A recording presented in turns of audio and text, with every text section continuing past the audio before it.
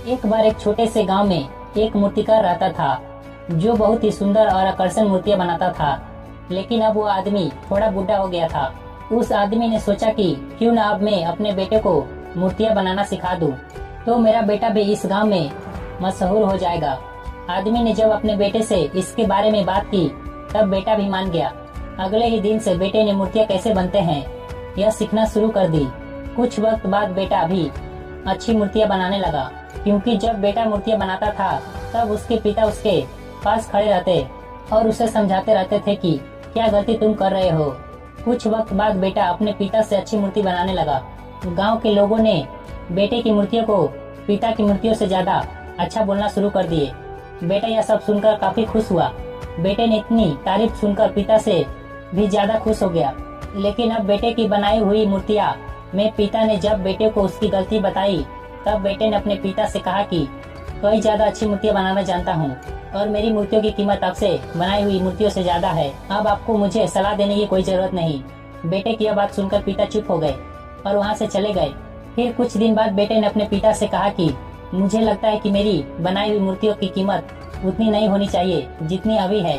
मुझे लगता है कि मुझे दूसरी दुकान में अपनी मूर्तियाँ बेचनी चाहिए, इससे ज्यादा मुनाफा होगा। पिता ने कहा ठीक है, तुम अपनी अलग दुकान खोल लो। बेटे ने अपनी अलग दुकान खोल ली और अपनी मूर्तियों के दाम अपने पिता की मूर्तियों से ज्यादा रखा। अब लोग पिता की मूर्तियाँ ज्यादा खरीद रहे थे। उन्होंने बेटे की मूर्तियाँ जिनका दाम भी ज्यादा था उनको खरीदना शुरू कर दिया। बेटा बहुत खुश हुआ था कि मैं अपने पिता से ज्यादा मूर्तियाँ बनाकर कुछ वक्त तक से सब कुछ ऐसा ही चल रहा था। लेकिन कुछ वक्त बाद लोगों ने बेटे की मूर्तियों को देखना भी बंद कर दिया। अब लोगों ने पिता की दुकान पर ज्यादा आते थे और वहीं से मूर्तियां खरीद लेते थे। बेटे ने अपनी मूर्तियों को और अच्छे से बनाने की कोशिश करता ताकि लोग उसकी मूर्तियां पसंद करें, लेकिन कोई फायदा नहीं हुआ। बेटा कोशिश करते करते थक गया। अपने पिता की दुकान पर इतने लोगों की भीड़ देखकर बेटे को काफी गुस्सा आया। बेटा अपने पिता के पास गया और बोला, आपने अपनी मूर्तियों में ऐसा क्या किया कि लोग आपकी ही दुकान से मूर्तियां खरीद रहे हैं? मेरी मूर्तियों को तो कोई देखता भी नहीं।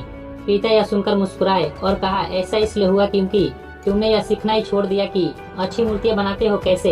यह सुनकर बेटे ने कहा, लेकिन मैंने अपनी मूर्तियों को अच्छा बनाने की बहुत कोशिश करता, लेकिन फिर भी कोई फायदा नहीं हुआ।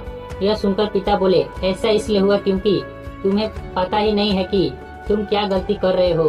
तुम्हें पता ही नहीं मैं तुम्हें जैसा मूर्तियां बनाना चाहता हूँ वैसे तुम बने ही नहीं, बल्कि थोड़ी सी तारीफ लोगों से सुनकर तुम्हारे अंदर इतना घमंड आ गया कि तुमने अच्छी मूर्तियां बनाना सीखना ही तुम थोड़े में ही इतना ज्यादा खुश हो गए। और यह सुनकर बेटे को अपनी गलती पर एहसास हुआ। बेटा अपने पिता के पास वापस लौट गया और अच्छी मूर्तियां कैसे बनते हैं यह सीखना उसने फिर से शुरू कर दिया।